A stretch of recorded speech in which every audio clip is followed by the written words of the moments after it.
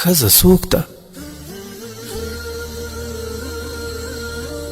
ښځه د الله جل جلاله نرم خلقت دی. ښځه د ماشوم لپاره فرشته ده او د خاوند لپاره لباس ده.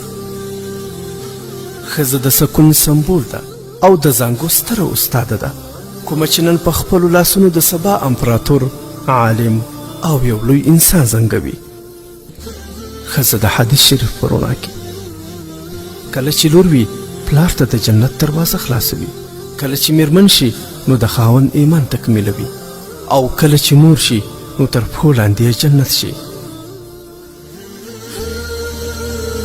همدا هغه ستر اعزاز دی چې اسلام ښځې ته 1400 کاله مخکې عطا کړی دی.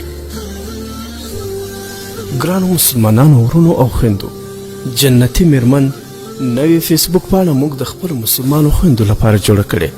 غواړو چې مسلمانې خور ته د اسلام په چوکاټ کې د یو ښه ژوند تېرولو لپاره داسې نشریات وړاندې کړو چې یوه مسلمانه خور ترې ګټه واخلي. ګرانو دوستانو، جنتي میرمن پاڼه تاسې هم پر خپلو آیډیانو در سره شیر کړئ. دا به ستاسې له موږ سره یوه لویه مرسته وي. رب جل جلاله مو سرلوړي او آباد لره.